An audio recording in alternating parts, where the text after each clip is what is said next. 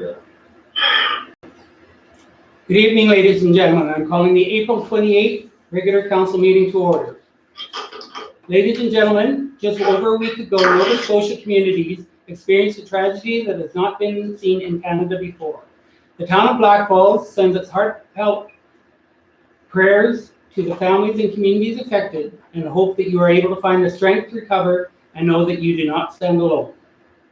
There will be a video live stream that is on council meeting agendas and minutes on April 28th on the far right column. I'd like to ask all those in attendance, both virtual and in person, to stand for this tribute.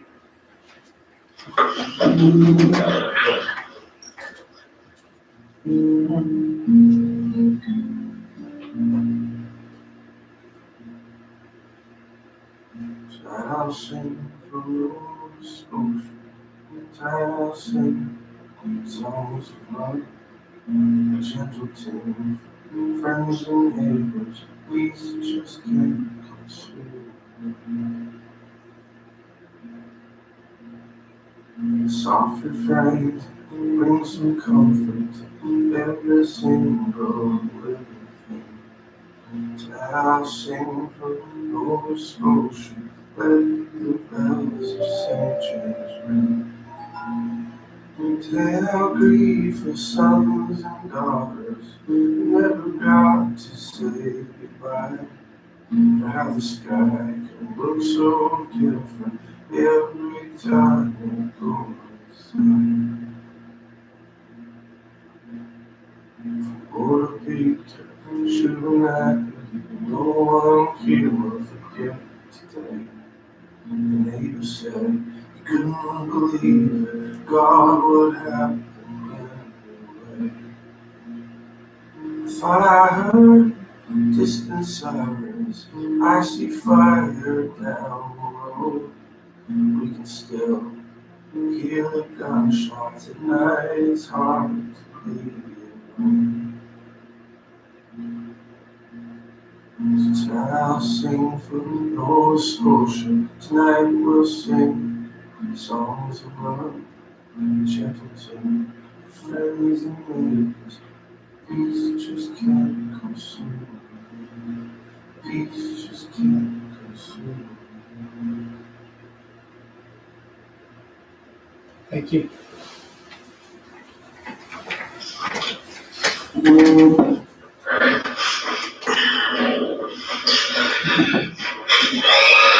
First order of business is the adoption of the agenda. Administration, do we have any additions? Thank you, Worship. We did send an amended agenda yesterday, and that included the addition of 7.2, the letter of support for Kids Free Childcare, and also under information, correspondence from the Community and Social Services Ministry. Other than that, I just wanted to add an additional confidential item, which will be 13.2, and that will be under FOIP section 17.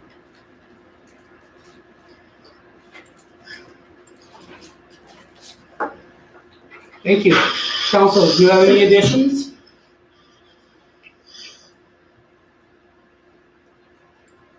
Not seeing any. In addition to the 5 you see in front of you, we also have Councillor Taylor and Councillor Swab who are videoing in for this meeting. We have no delegations this evening. Could we get a motion to accept the agenda as presented? Thank you, Deputy Mayor. I'll move to adopt the agenda as amended. All in favor? That is carried unanimously.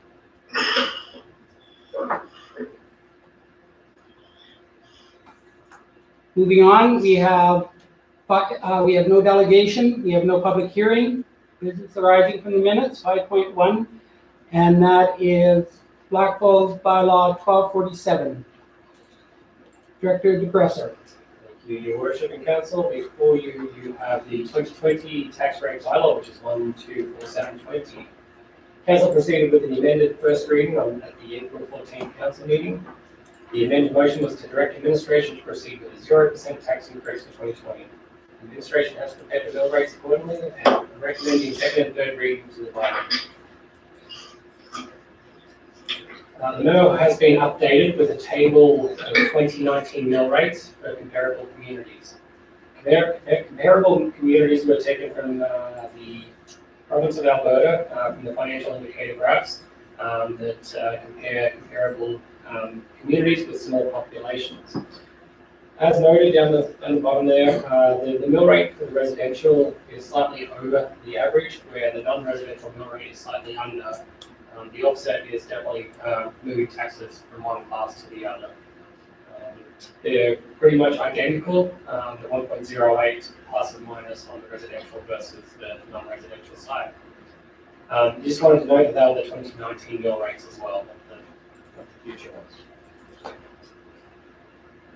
I won't go through the memo like I did last time, but it's just noted that for every dollar of residential and non-residential taxes, approximately 25% does go to the province for the school education taxes, which this year the rates are set at the 2019 rates. Tonight we are looking for three motions. The first one is that council move to accept the administration's recommendation to give second reading to bylaw 2020, the property tax rate bylaw 1247 for the town of Blackfalds. The second motion is to give third reading, and the third motion here is to the council move to accept the recommendation, administration's recommendation to suspend penalties for all tax amounts outstanding until December 31st, 2020. That is going to be current amounts as well as arrears amounts. Just so you know what that means to us as well. So, in saying that, I would like to open up for any questions. Council Taylor? Yeah, one item that I had brought up that I wanted to see up on the pie chart.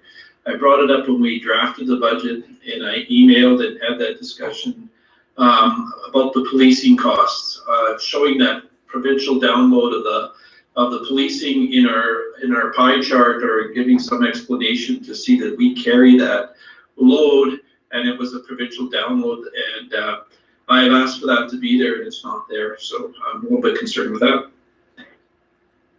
We did talk about that. It is such a small percentage that it wouldn't have a significant impact on the pie chart, Your Worship, why we didn't include that on there. Did you hear that explanation, Councillor Taylor? Yeah, so what you're saying is we're getting enough revenues to offset our policing costs? Not to totally offset, we don't have those numbers in front of us. We would have to bring that back at a later time.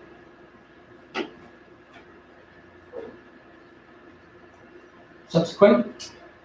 No, we did look into the cost sharing arrangement and tried to quantify what's been actually downloaded.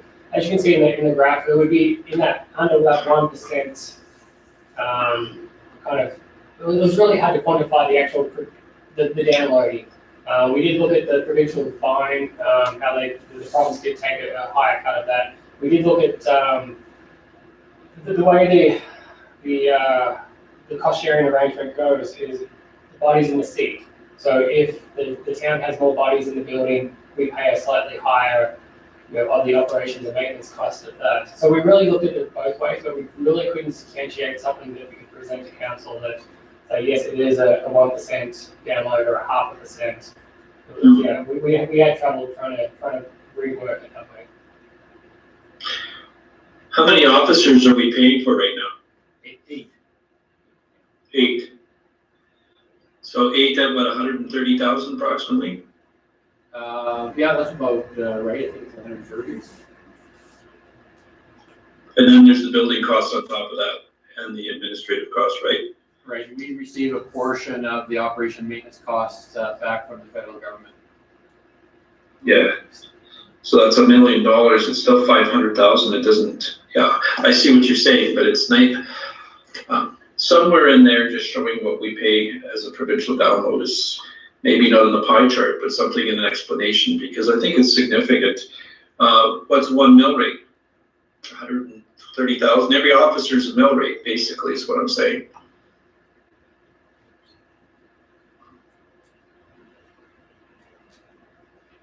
Thank you. Is there any other comments or questions?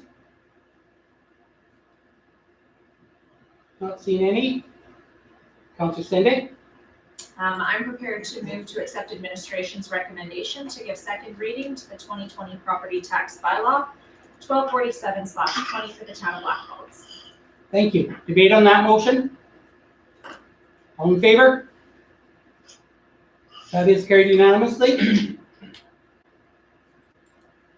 Councillor Appel? Thank you. I move that council move to accept administration's recommendation to give third and final reading to the 2020 property tax bylaw 1247-20 for the town of Blackfalds.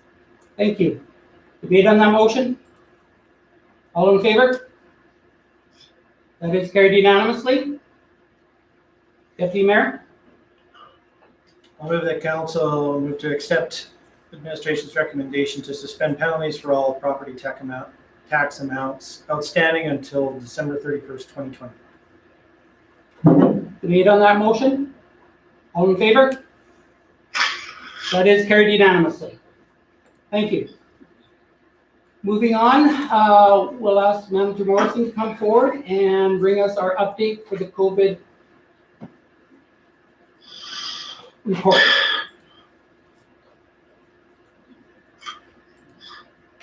Good evening, Your Worship, Council. Just a brief update with reference to COVID-19. Municipal enforcement has recently been receiving a fair number more complaints related to COVID-19. These vary from public health regulation breaches, to assisting public health in some of their investigations, to trespassing in playgrounds, which have recently been closed. These are a little concerning, as in the last month we've seen 11, which does take a fair bit of manpower. And I think we're seeing the numbers just climb, and we'll see them to continue to climb in the next few weeks as people enjoy the warm weather. On the 21st of April, all playgrounds, as indicated by the Emergency Management Committee, were closed, as well as skate parks, with fencing put up around skate parks and tape on playgrounds. All areas have also signage placed to ensure the public was aware of the closure.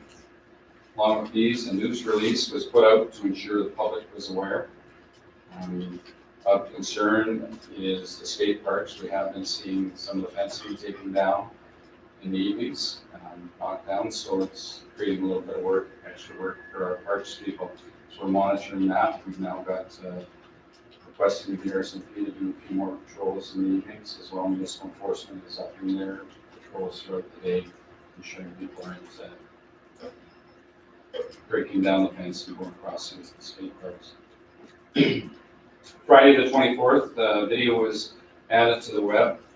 This was to provide messaging from Mayor CAO Thompson and myself relating to COVID-19, in particular social distancing and enjoying the outdoors during the warm weather and not necessarily being cooped up in the house, and ways that could be done. This morning I sat on a meeting with Regional DEMS, Directors of Emergency Management, which a representative from the Alberta Health spoke as well. In this, they advise all communities are starting to receive their PPE orders, personal protective equipment. While not all items are being filled, one community in our region hasn't received any as of yet, but AEMA is going back and finding where that order is. Reporting breaches, last time I spoke, we had a concerned citizen that had put in a complaint relating to the report that they had put in to Alberta Health Services. I investigated that, and that went to our AEMA partners.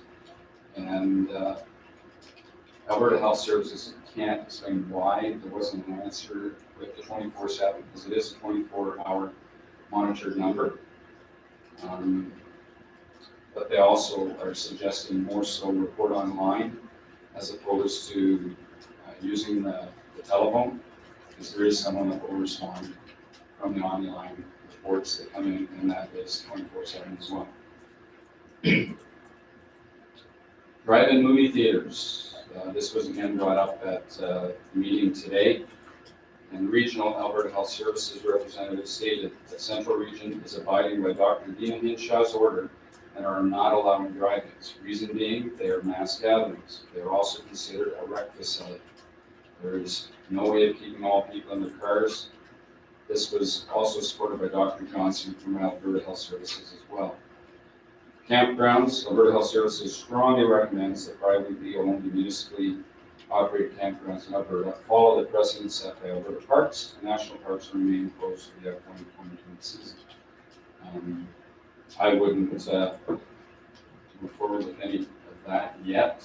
There's some changes coming here and some news from the Premier here likely this week as to some of the things that may be moving forward given the situation COVID's at.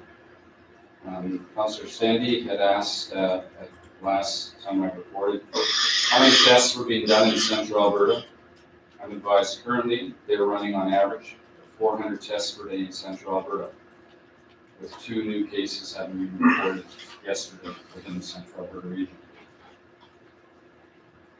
This afternoon I sat on a meeting with provincial DEMS and the AMA as well as Alberta Health Services, at which time relaunch was discussed. This will include community engagement, so they've been reaching out to all communities. However, they're not at that point yet. Premier will be putting something out later this week. As you all know, our emergency coordination center remains open. We continue to meet virtually. I also meet with Chief Cote and Deputy Chief every day to ensure that things are operating as they should be. Provincially, Alberta confirmed 154 new cases for a total of 4,850 today. 5 additional deaths, unfortunately, for a total of 80 for the province. In total, they've now completed 138,681 tests with their lab in Alberta. Currently, there are 82 people in the hospital with 21 in intensive care. And as I've said in the past, these are the numbers that they seem to be focusing on, is the number that are in the hospital and in intensive care. And those seem to be fairly stable. We've seen a slight increase, but they seem to be fairly happy with those, and that's why you're seeing some changes in their thought process. Central Zone now has a total of 84 confirmed cases, still the lowest in this province. No new cases have been reported in Red Deer or Oakland counties. Announced today was a new modeling process, new modeling numbers. There was quite a bit of talk from the last modeling process numbers that they put out. Probable, the Premier stated, was 596 hospitalized, reduction from 818, which was the previous numbers, and 190 probably in intensive care. The elevated, they changed the numbers from 745 hospitalized to from 1,570 and 240 possibly in intensive care. The new one they put out is what he referred to as the new low scenario. If the current trends continue, they estimate 300 hospitalized at the peak with 95 people requiring intensive care, which is well within the province's capacity. And that's one of the key factors that they're worried about, is whether they exceed the capacity that our hospitals have. As I stated, Government of Alberta is working on a relaunch program, which will be similar to our neighboring provinces, the Premier advised. This should be revealed partly later this week. Premier's comment is we will still need to be vigilant. We didn't get to where we are by not following the regulations put out by public health. We need to learn from some of the outbreaks we've had throughout the province. Premier stated that while we are relaunching later than our neighboring provinces, provinces like Quebec did not keep as much open as we have, so they will be catching up to where we are. We left manufacturing open, places like that, and where they closed everything. So we are already a little ahead of the game when it comes to being open for business. Dr. Hinshaw referred to steady state. We've been hearing flattening of the curve. Today, her comment was steady state, rather than a flattening of the curve, basically ensuring we don't overrun the health system. So we need to keep the transmission rate low, which will be accomplished by all of our Albertans remaining vigilant. And that is pretty much the update provincially and locally. I'm open for questions. I should say we have been doing the birthday parades. There's been a little bit of talk and some opinions and whatnot on the opinion post. In total, we've done 56 birthday parades. There was more done today. There was a concern yesterday, and I worked with our provincial health investigator today relating to a birthday party that was not necessarily following the provincial regulations. Apparently they were closer together and there was a larger number than what is allowed. Our provincial health agency handled that, and it has been dealt with accordingly. So, to my knowledge, it is done, other than comments occurring on the opinion post. Thank you. Council, are there any questions?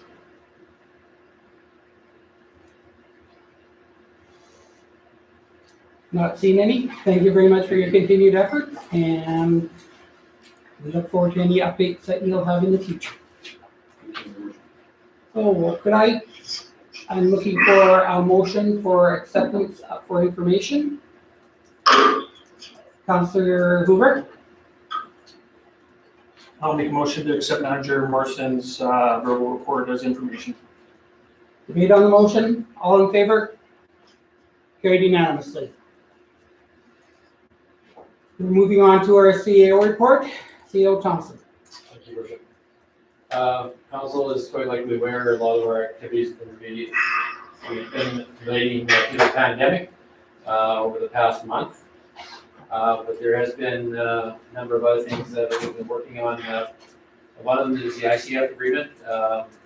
That document's been signed off by both the county and the municipality, and we have notified the province as well that we're one of the requirements. Last week we assembled stimulus funding packages that included 4 projects that are considered shovel-ready.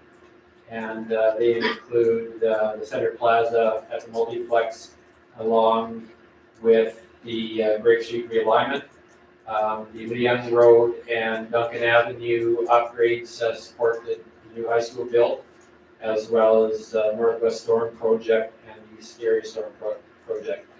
These packages were couriered to Municipal Affairs Minister, the Transportation Minister, as well as MLA Warp and MP Blaine Collins. I have been participating in weekly video conference meeting on the high school quickly. Wolf Creek Superintendent Jason Lavelle provided the standing committee overview last week. The architectural massing has been completed and the group is nearing the end of the schematic design process. Today we spent considerable time on the site layout. With the size of the building, student staff parking allocations, it was determined that there is no way of fitting a performing arts on the site as it is right now. So we will have to look at other options in the future. It's in a long-range budget for 2026, so there is a number of options that we would look at. But right at the high school site with the track and everything else, there just isn't room. Similarly, we have been video conferencing meeting on the multiplex expansion with ACI, Delner, Eagle Builders, and everybody's working very effectively together with a focus on meeting the needs and expectations of this build. Plans are currently in place to bring the council to May 12th meeting.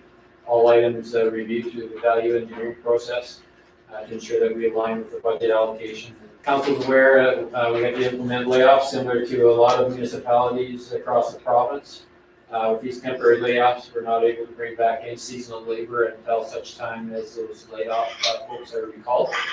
Normally, the first week in May, we would be bringing seasonal employees back to carry out a number of functions like litter pickup, snow fence removal, turf maintenance, working in some of the landscaped areas, curb, crosswalk painting, crack filling, those sorts of things.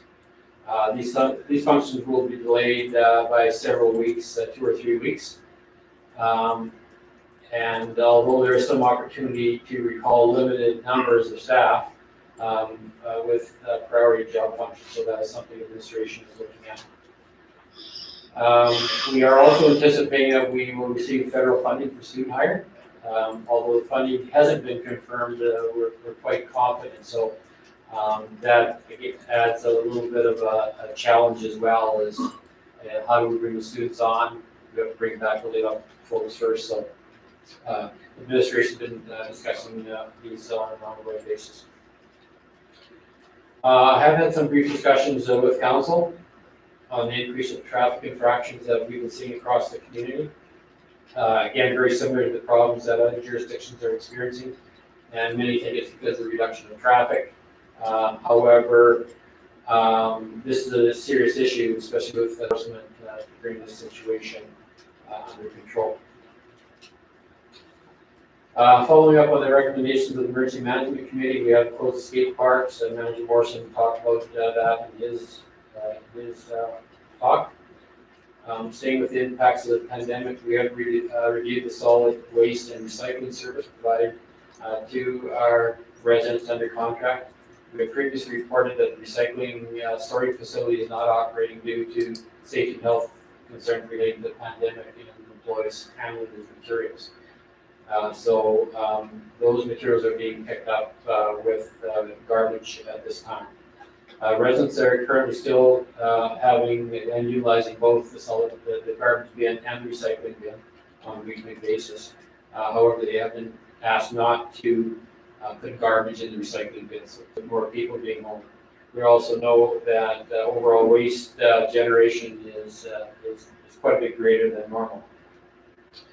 We have determined that there is some savings taking place as recycling is not being hauled to the recycling facility for processing. But there's also more tonnage being generated by having the recycled materials mixed with the waste stream, and more trips as well by the contractor. The cost savings calculations based on the numbers received from the contractor indicate about $1 per household per month saving.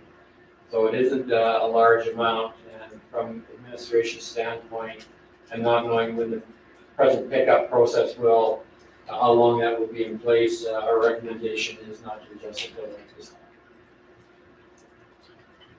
Our departments have been working on the business continuity planning for the respective areas. Electronic data interface has been tested successfully, and so Justin and his crew are very excited about that, and we're seeing savings of time and improvement in efficiencies. Working through year-end papers for the auditors, some reconciliations, and pulling adequate backup documents requested by our auditors. Setting up reporting for 2020, updating projects based on the year-end final amounts.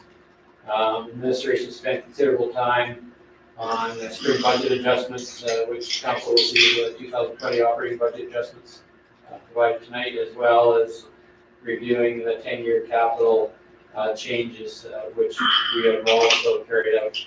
And some of those, as one IT to assist us, quite a bit more setting up remote workers, as well as Microsoft Teams set up and assisting staff and council. They also assisted council with the OneDrive. East Area Storm project ongoing.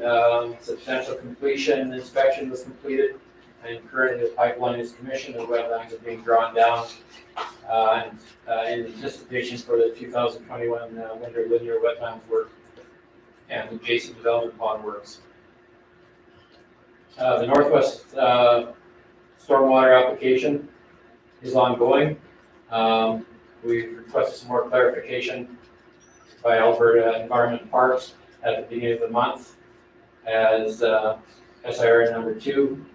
Info should be provided this week, and we're still awaiting a decision on that. The high school project, the servicing, the site layout, design task ongoing like Leon and Duncan Avenue extension. For the high school, scope of design is ongoing. And as mentioned, working with the architects, and we will see some of that information start flowing through to our respective departments. The OH&S contractor management program discussions and implementation planning for June 2020 is ongoing. Transit services report and RP draft will be coming to the next council meeting. Infrastructure services also completed the recycling rates review as previously mentioned.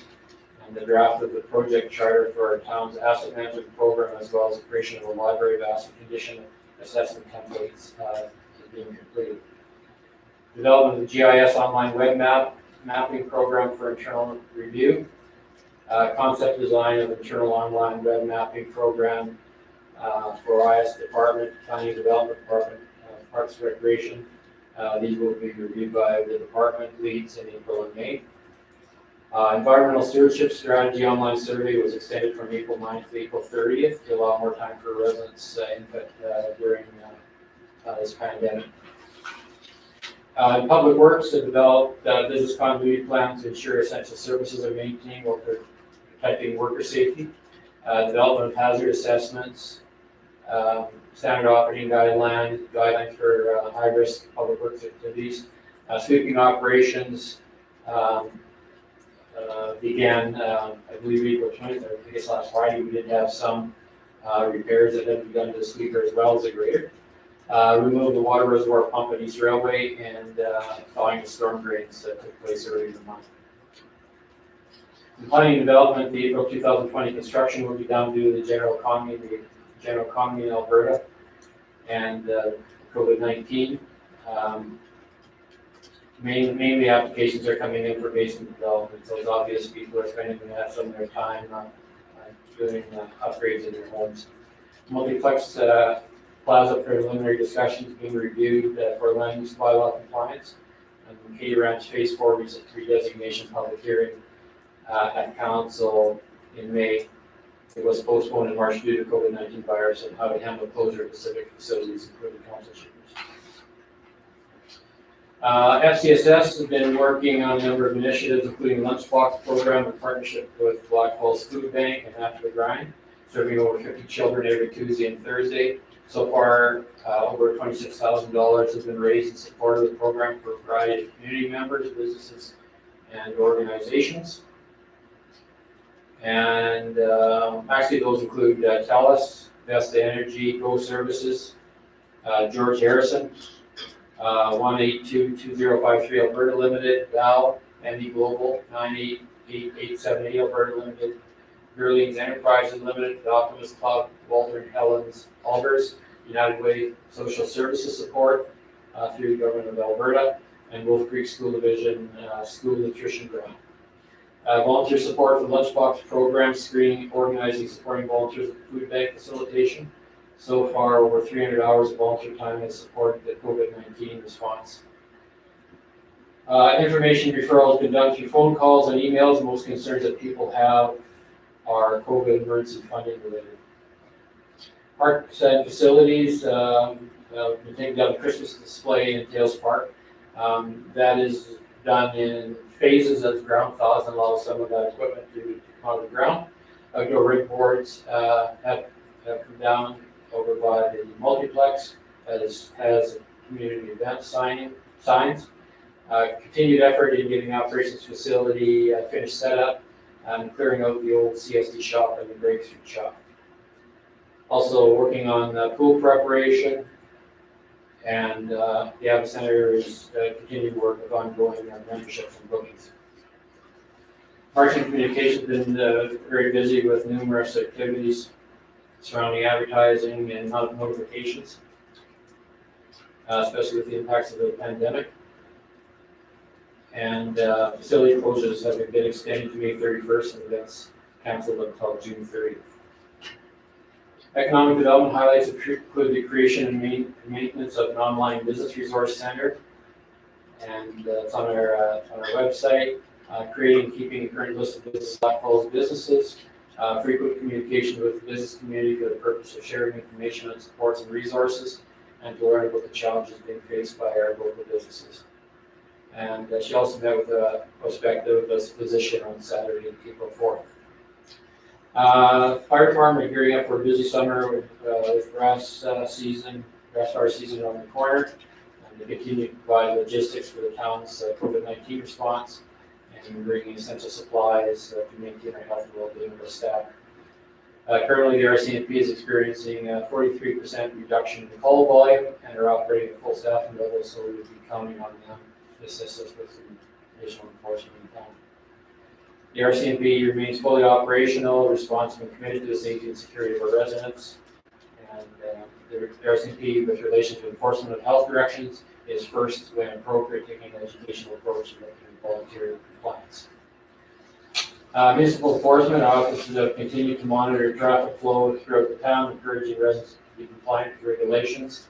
They've opened 54 files this month. 7 of those have been related to COVID-19 regulations, 12 with an animal complaint, in 2 more weeks. Emergency management, organizing the town's response to the COVID-19 pandemic has been paramount. April 15th, Manager Morrison and Chief Cotate participated in the Lacombe Regional Emergency Management Partnership meeting. LREP is looking at opening a virtual regional ECC if all partners agree. And there have been several virtual meetings with AEMA as well as regional DEMs throughout the past month to ensure that we have a unified response and common messaging related to COVID-19. And that's my report for the council. Thank you. Council, do you have any questions? Councilor Hoover? I just want to go back to our own staffing.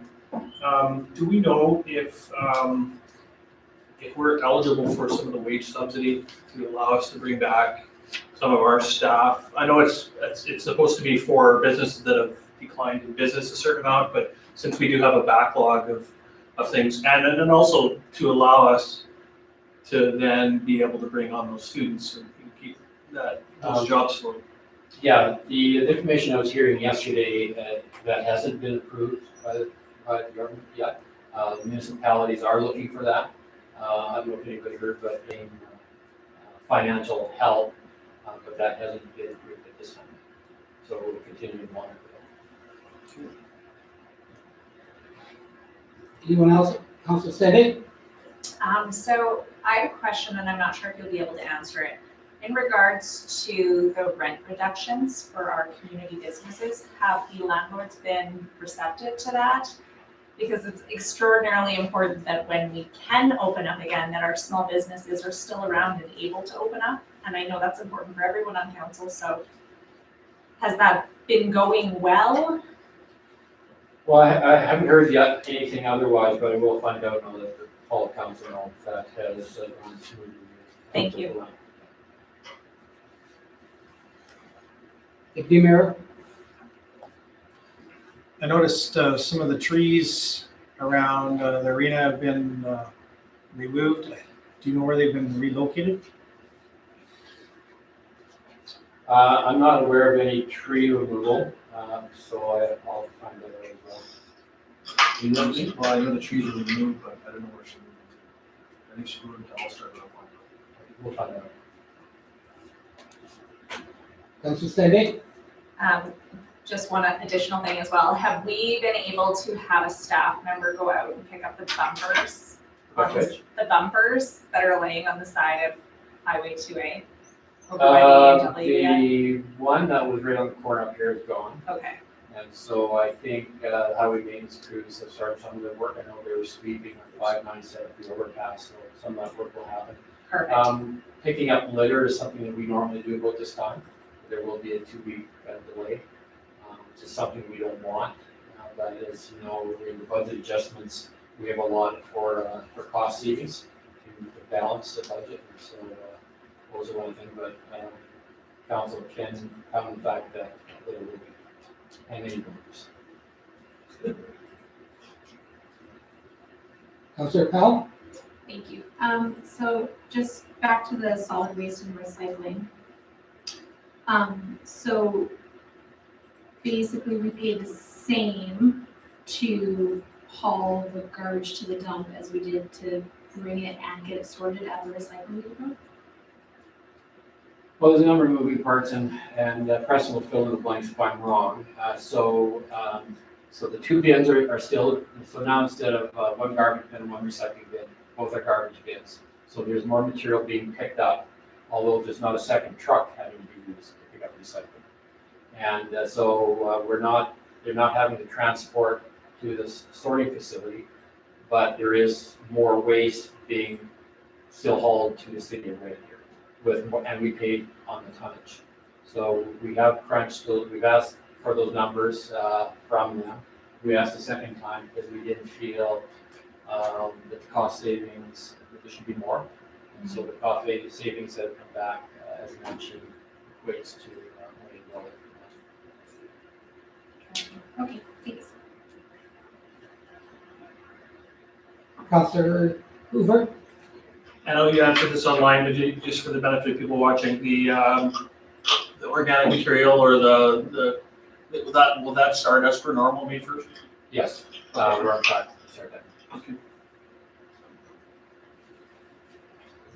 So I have one question, and this is in regards to the transfer station.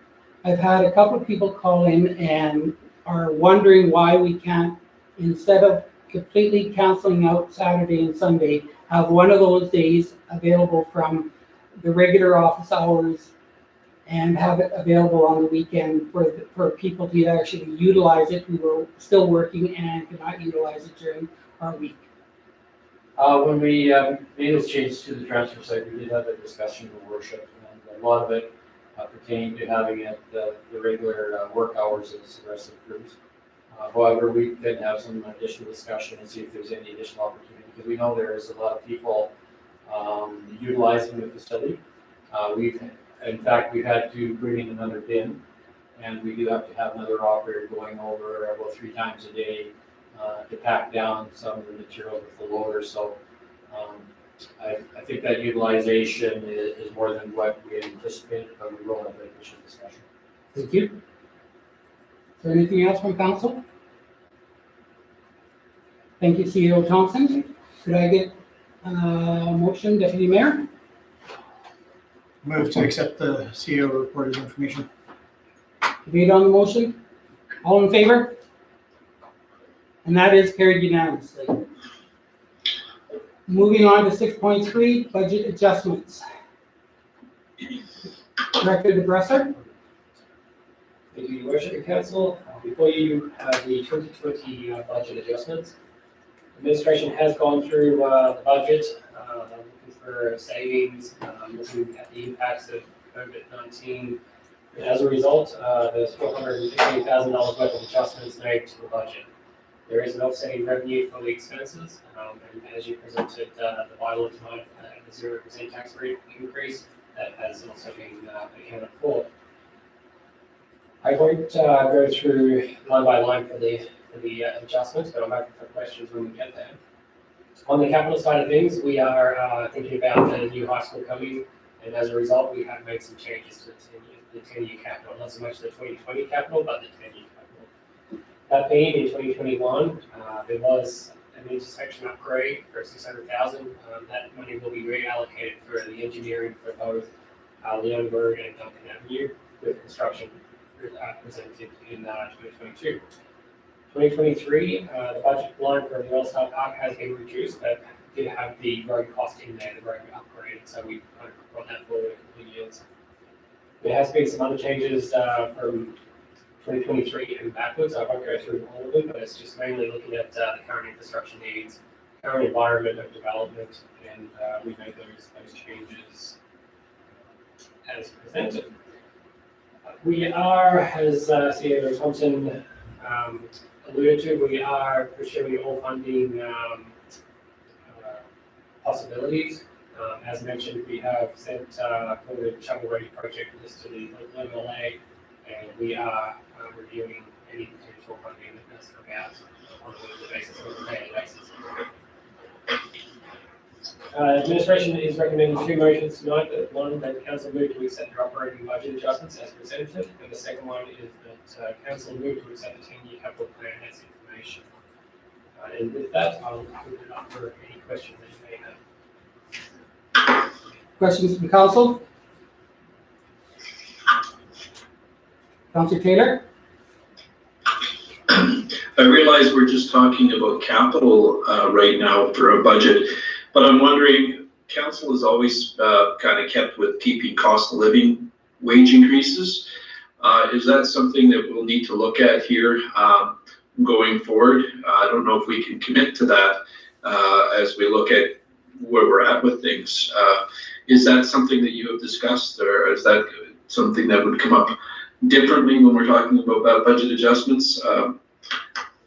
Looking for your input. Yeah, thank you for that question. So we did have extensive talk about the compensation review in 2020. It was taken out of the spring adjustments. It had an estimated cost of upwards of $20,000. It was in there, it got taken out, but at this stage, we, as administration, we decided that it wasn't the right year to do a compensation review. If council wishes to proceed with seeing where we're at, on the market for wages and salaries, we could look to find the $20,000, but at this time we did exclude it from the spring adjustments.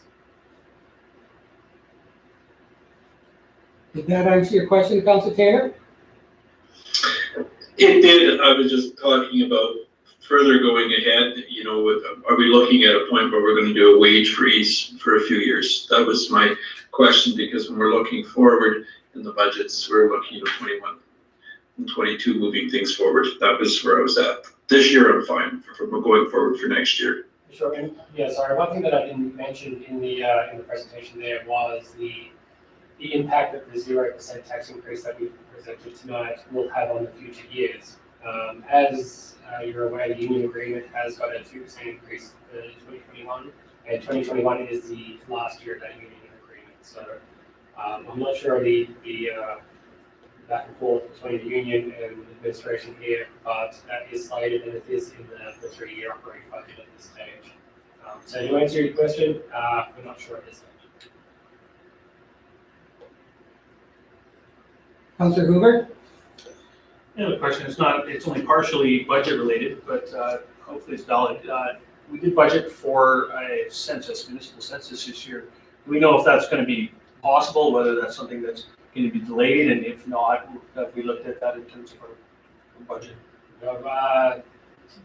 I'm pretty certain that we did take that out of the budget this year, based on the principle that the information is not going to be used for grants or anything like that, and plus you've reached the 10,000 mark as well, if I do remember correctly.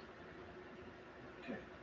I thought we were looking at doing it this year, but not, okay. Sorry. I could be thinking time's flying, maybe it was just, the next year that we can say. Thank you. So as we're talking about shovel-ready projects and the information we sent into the provincial government, AU may also provided, and I forwarded that on to yourself, CEO Thompson, some further guidelines that they were looking at. Have we followed up on all those guidelines to make sure that we are meeting all the latest? We are working on those, Your Worship. Thank you. So Councillor, are there any other questions? We have two motions in front of us. Councillor Hoover? I'll move that council move to accept the operating budget adjustments as presented. Is there any debate on that motion? All in favor? And that is carried unanimously. Second motion, Councillor Stendick? I will move to accept the 10-year capital plan as information. Debate on that motion? All in favor? And that is carried unanimously. Moving on to 6.4, town franchise agreement. Sorry, yeah, town franchise agreement. Thank you, Worship Council. So before the COVID pandemic, council had heard a delegation by Equus asking to have their services remain within the town alongside Fortis electrical distribution systems, contrary to our franchise agreement with Fortis. Fortis then visited council and presented the other side of the argument, citing other municipal examples of similar acquisitions of their infrastructure as municipal boundaries increased in Calgary and recently Red Deer. In both these examples, Fortis was forced to sell their facilities to the city electrical light and power departments accordingly. We've also done this with the regional water line with annexation of Red Deer. Stan couldn't be here tonight, he sends his regrets, but they're not allowed to have any person-to-person meetings at this time.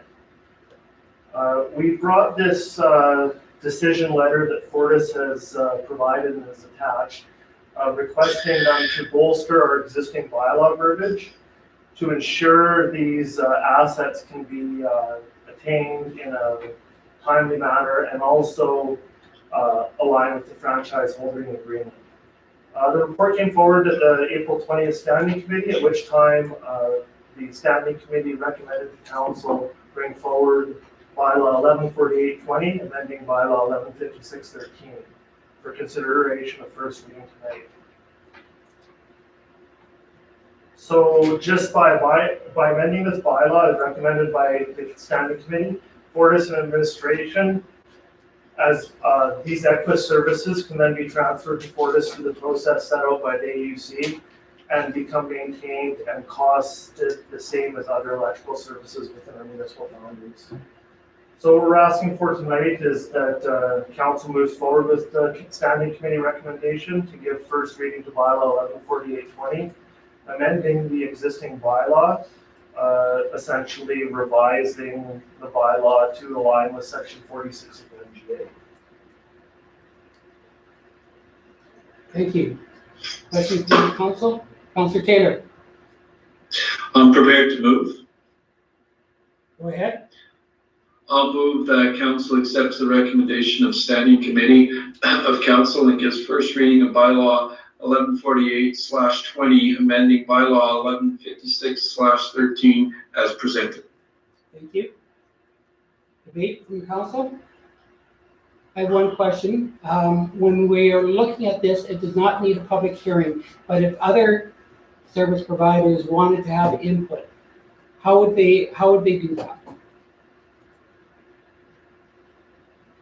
I guess they could provide input when the notification comes out from Fortis, so that can be achieved at that time.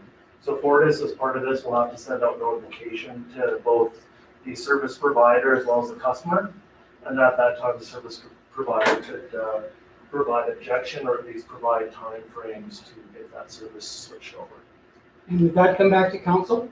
No, it wouldn't, Your Worship. What would be the process then? If we go through second and third reading, would there have any ability for them to be heard? Through the AUC process, yes. So this bylaw or this acquisition of services would be governed still by the AUC bylaw or the AUC commission. Sorry, Your Worship. That's fine. Thank you very much. So seeing no further questions or debate, all those in favor? That is carried unanimously. Thank you, Director Warren, and I believe that the cemetery dump relocation is also going to be discussed. Thank you, Worship. So that is item 16. Okay, so 6.5. with the new multiplex arena expansion project and site works moving forward, we need to relocate the existing RV dump station, and that's a pretty imminent sort of requirement there. So we plan to actually finalize the design drawings if we move forward with an option tonight, and try and put that out for tender right away here so that can be moved so that we don't lose that valuable service in the town. So we looked at a number of various options. The review process included tours of similar Central Alberta existing facilities, including Southern Lake, Holes, and Penhold. We also looked at a number of potential locations for the relocation of the facility within our town. These options had included a portion of the existing commercial lands owned by the town directly west of the dog park at All-Star Park, or at the Public Works site. With the location, design, and scope of work needing to be finalized over the next couple of months, we brought this item again back to council at the April 20th Standing Committee, at which time the following motions were passed.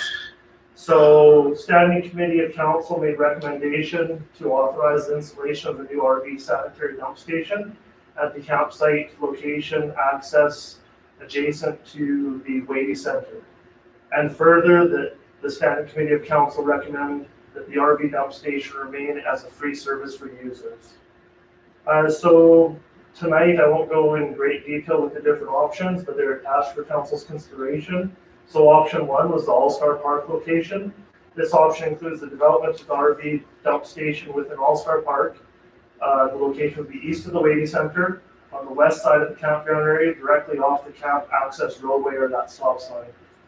This location provides ease of access to residents and the traveling public, but require minimum disturbance, align with tourism initiatives, and provide needed camping facility amenities for the campsite area if we get to open that this year. The ease of access and the ability to have supervision from staffing at the Wadey Center is also an important consideration.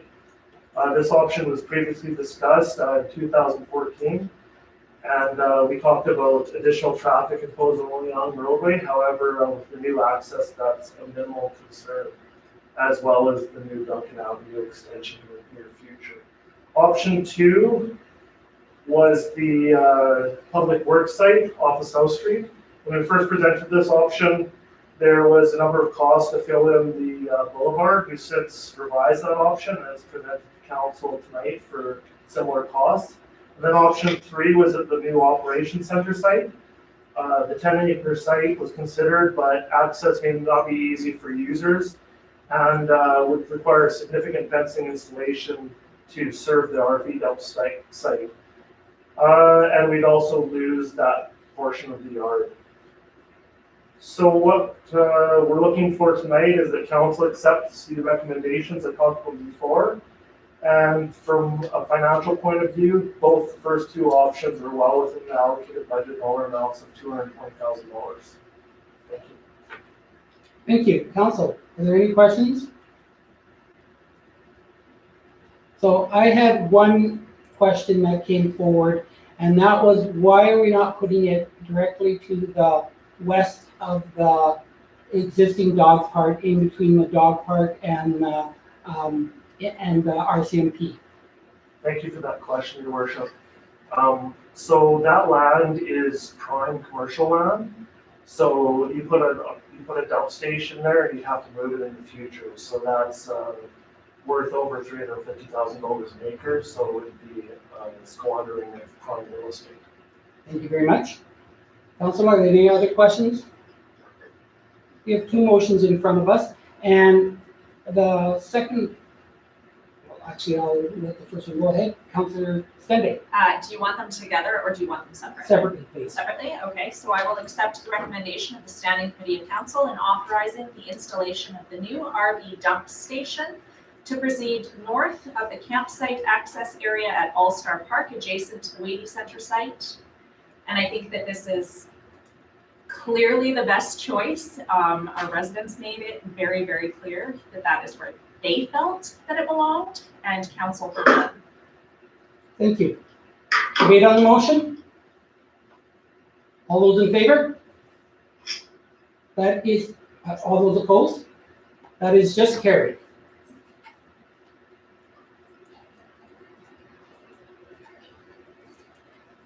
And request for a second motion, Councilor Stende. I will also move to accept the Standing Committee's recommendation to council that the RV dump station remain as a free service for all users. Thank you. Debate on that motion? I'll ask one question. At Standing Committee, we talked about why we're keeping it a free service for all parties and not putting a pay station in for maybe the Pearsons from out of town. Could you explain that, please? Oh, yes, Your Worship. Thank you for the question. So that would require a significant additional capital cost in the neighborhood of $40,000 to $50,000, as well as the cost for electrical services coming over there. So the service has always been free, and really from a tourism point of view, it's definitely a draw for out-of-town residents or out-of-town users, as well as the residents can use that with minimal maintenance moving forward. Thank you. Any further questions or debate? All those in favor? That is carried unanimously. Thank you, Director Warren. Moving along to action correspondence. Proclamation of National Public Works Week.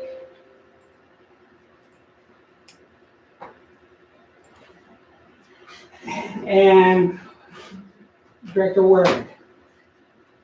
Thank you, Worship and Council. So yeah, every year we proclaim the National Public Works Week here in Blackfalds. So this week it's May 17th to the 23rd. And with the recent COVID-19 pandemic, I just wanted to pay special attention to my public works team and just remind everybody that they're part of the frontline workers. They're the ones that keep our streets safe, our water clean, and their waste managed in their towns and cities. So this year, the APWA is proud to announce the Rhythm of Public Works. So there's a great poster online, and what we'll do is we'll do a little bit of communication, sort of blitz, and we'll probably focus on a couple of our men and women in the public works. Thank you. Any comments? Deputy Mayor? I'm prepared to move. Go ahead. I'll move the council move to proclaim May 17th to 23rd, 2020 as Public Works Week in Blackfalds.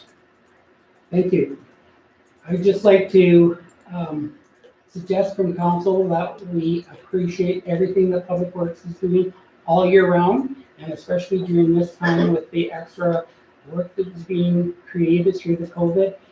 Your folks are stepping up. You're doing an extraordinary job keeping our streets safe, keeping our town safe. And the proclamation won't be for for almost a month from now, but for right now, I'd like to just pass that on from council. Thank you, Worship. We'll definitely pass that on to Mike. Thank you. All those in favor? That is carried unanimously. We have a second item, and that is the letter of support request.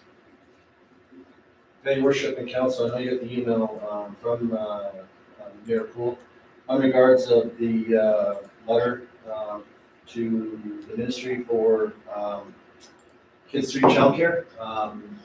I think this is important because it's going to help 15 families in the community for social workers, so we're looking for other support from council. I know Susan talked to Chris quite a bit on it too. So. Thank you. Any comments? Councilor Sende? I would just like to say that I would be wholeheartedly in support of this, as long as we are also making it very clear to our other facilities, our childcare facilities here in town, that we would support them as well, should they choose to reopen. And Sue's made that clear. That was part of the investigation. I just wanted to make sure that they know. That everybody knows. Yeah. Thank you very much. I appreciate that. So with that, is there someone prepared to make a motion to that effect? Councilor Sende? I am prepared to move that on behalf of council administration, send a letter via Kids 3 Daycare to the Ministry of Children's Services in support of them reopening in order to provide care for essential service workers. Will administration have any problem helping us with that? Not at all, Your Worship. Debate on that motion? All in favor? That is carried unanimously. Moving on to information items. 8.1, Blackfalds Town Council meeting times. Thank you, Your Worship. So administration is bringing this one forward. As council knows, council meeting standing committees have started at 7 o'clock.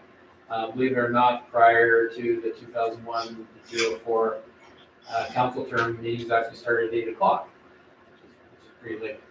And so the start times and other matters relating to meetings are outlined in our procedure bylaw. Majority of urban municipal governments conduct their meetings in the evenings, although there has been a shift lately in some of those meeting times moving up into the afternoons. So the purpose of this report is to provide some current information to council so as to generate some discussion and interest in possibly looking at modifying the start times of council. We're not looking for any decisions tonight, just to have this dialogue and hopefully bring it back again in the future. We did attach a spreadsheet that provides some various times of day of council meetings. Times vary, but most of them are between 4 and 6 p.m. It is realized that many people in our community have work hours that extend to 5 p.m. as may current council and those with future intentions to run for council. Administration feels that there's numerous benefits that I hope to identify. But the key benefit is an improved work-life balance for not only council, but for staff as well. Other benefits include improved performance and decision-making for council staff. Involves having meetings earlier instead of further along in the evening, so you're much fresher. Allowing council staff members involved to be home earlier in the day and have the evenings to spend with their family or participate in other evening activities. Those participating as a delegation and traveling from out of town to be able to come to a council meeting, to do so in an easier manner, keeping driver safety in mind and returning home at a reasonable hour.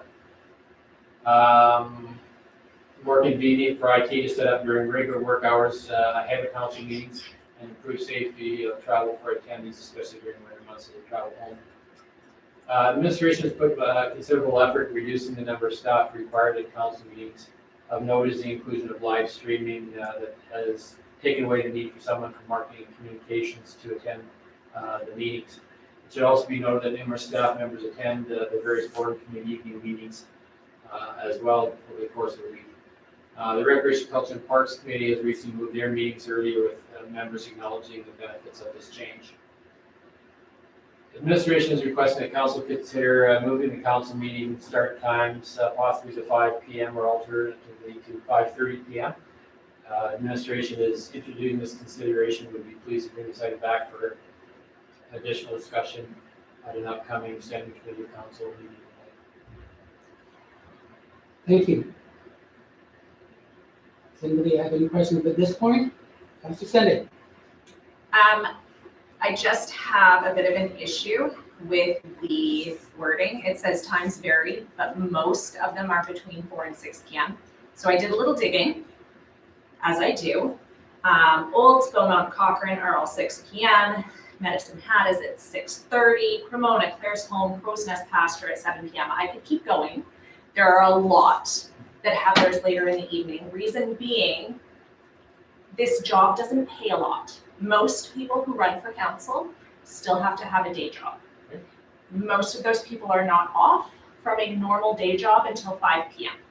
So I don't think that anyone current or future running for council would be okay with a 5 p.m. start time. I do understand that for administration it makes sense because they're already here, they prefer to just continue their day and go home.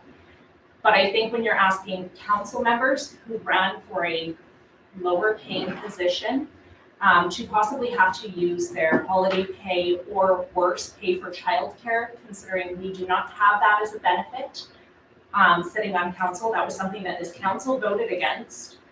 I have a real issue moving it that far back. I would be open to 6 p.m. I do think that this is a conversation that we need to have at a further standing committee because I don't think that this council is going to see eye to eye on this. Thank you for your comments, Councillor.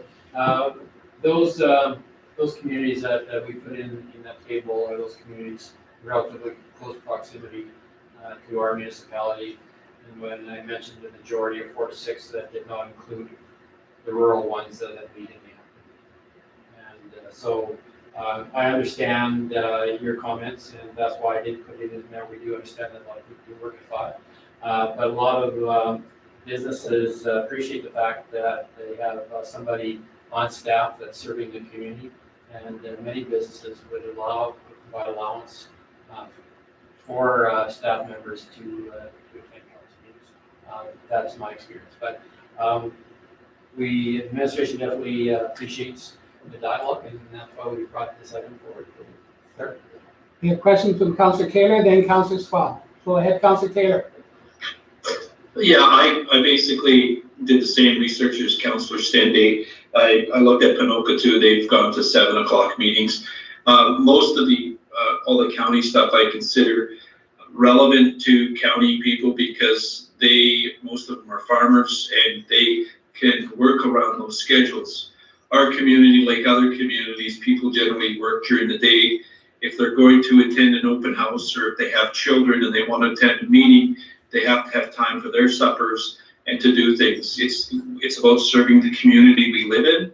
It's so you know when you look at our open houses, if we back it up too far. So your recommendation at 5:30, I mean, we don't get a lot of people out, but we would almost eliminate people attending open houses because we've backed it up so far that some people who do work to 5 would never be able to attend.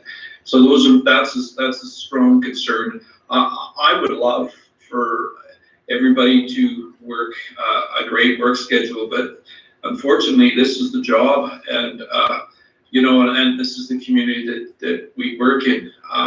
I also am open to backing it up a little bit. I know our rec board meeting just that half hour earlier sure does feel better. And I appreciate that, and I appreciate people getting home earlier and all the safety aspects and the well-being aspects of it. But again, I also look at all the comments. I certainly echo what Councillor Stendy said. So, Councillor Swab. I too echo Councillor Taylor and Councillor Stendy as well. My thoughts also are if we did a 6 p.m. start time, I think it would work with people commuting home at 5 p.m. from their jobs outside of town. I think 6 p.m. would be a smart time. The delegation times and the public hearings would be my only concern, but I think if it was to start at 6 p.m., it would be able to be doable. Councillor Powell. Thank you. I'm sure glad to hear everyone else's comments on this because now I don't have to say half of mine. Yeah, I think that if this was something we were to look at for future, i.e. future councils to look at starting meeting time change in 2021, then the people running for council at that time would be prepared to make that their schedule for the 4 years. We did move Recreation Board from 7 until 6:30, and it has been well received, but for those that work out of town, i.e. Red Deer, Sylvan, etc., if you're working somewhere till 5, you're not in your car till 5:05, and then you've got to drive home. So I'm rarely home before 5:40, so I don't know how people would be able to make that work super well with, you know, we've got to be prepared for these meetings, get the rest of our stuff, get organized, possibly eat, drive home, say hi, kiss the family, and then leave again. So my recommendation for this would be 6:30. I realize you're not looking for recommendations, but my recommendation for this would be 6:30. Councillor Hoover. Yeah, I'm wondering, we do have a spreadsheet with, various times that municipalities are doing this. Do we have any information about municipalities that have made these adjustments? Because I mean, clearly we would have to look at doing this, planning for this long in advance. We wouldn't necessarily do a very drastic change. Even a half an hour change can be significant for some people. Do we have any knowledge of how this has worked in other communities, how they've phased this in or how they've made this change? We haven't gone into that much research. I mean, we wanted to get a first blush from the council if there's any consideration before we spend a whole bunch of time. The information on those municipalities was provided by our HR last fall. It's just the first step at getting some information to kind of see what the parameters are. So we definitely get some more information if the council is open to making some modifications. Deputy Mayor Olford. I'm amenable to looking at sliding up the time frame a little bit. I know that would make a lot of sense in the later evening, and you're not home so late, you can put kids to bed. I do have cautions about pushing it too far up. I am a sole proprietor, so if I work till 5, that's my store. If I have to close it early, that means lost business. So, some businesses don't work that, sure, take off 15 minutes early. No, I can't, because there's somebody coming in 5 to 5 to get something, right? And then Councillor Schwab's concerns about delegations and open houses, I think we could even change our order of business too, correct? And shuffle things around, maybe put open houses later into the agenda. Just for clarification, we're talking about public hearings. Okay. So, there's other things to look at. So this was just an information item on the first run around, and administration will look at this and make a choice whether they want to bring it back to a future standing committee meeting. Are there any other final comments before we move on to the next item of information? 8.2, the Cone County Council highlights.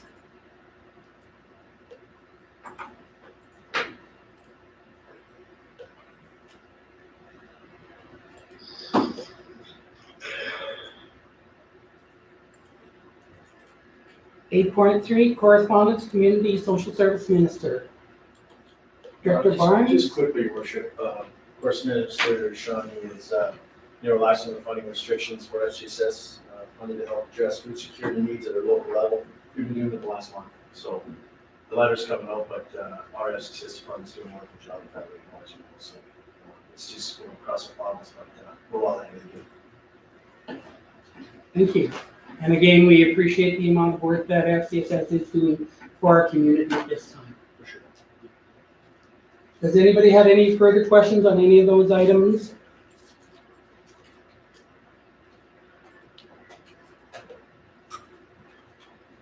Councillor Pell or Councillor Schwab? I'll move to accept the information items as presented. Thank you very much. Debate on that motion? All in favor? That is carried unanimously. Our normal round table has been postponed because most of us have been sitting in all of our meetings have been virtual. I've attended 3 or 4, I'm sure all of us have at different things, but to pass that on to the public is very difficult to really talk about. So unless anybody has anything really important that they wish to bring up at this point.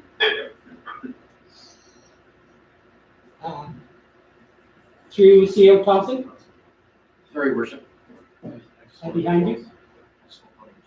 Oh, yeah, okay. I did find out about the trees. We're moving it over to the all-inclusive part. All-inclusive part. Yep. Okay. Thank you.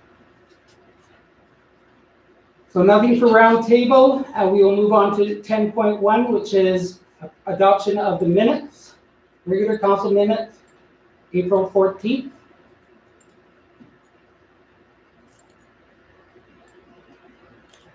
Are there any errors or omissions?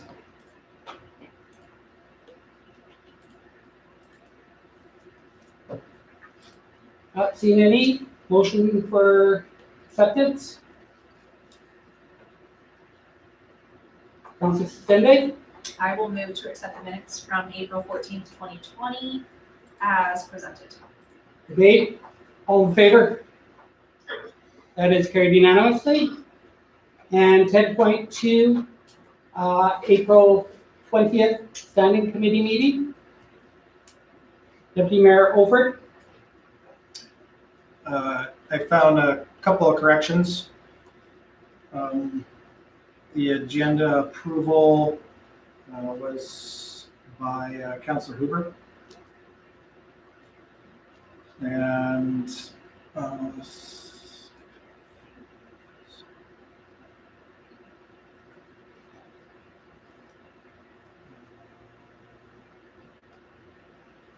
there's 2 others, I just have to locate them. is in sanitary ones, so that would be SCC 26.2. That was Mayor Poole that moved that. And then at the end there, should it not be Councillor Pell moved to go in camera, not brought the standing committee back to order?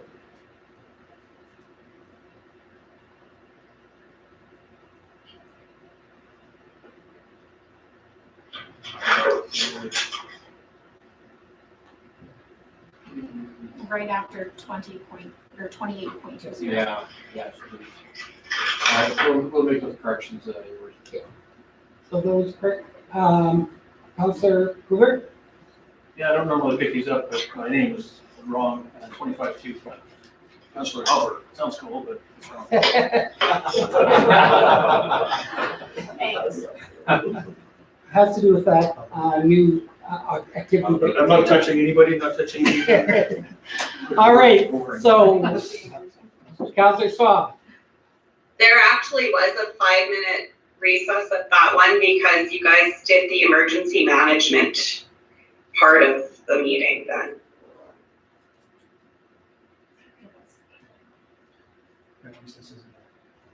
The recess is in there and it was moved by Councillor Powell.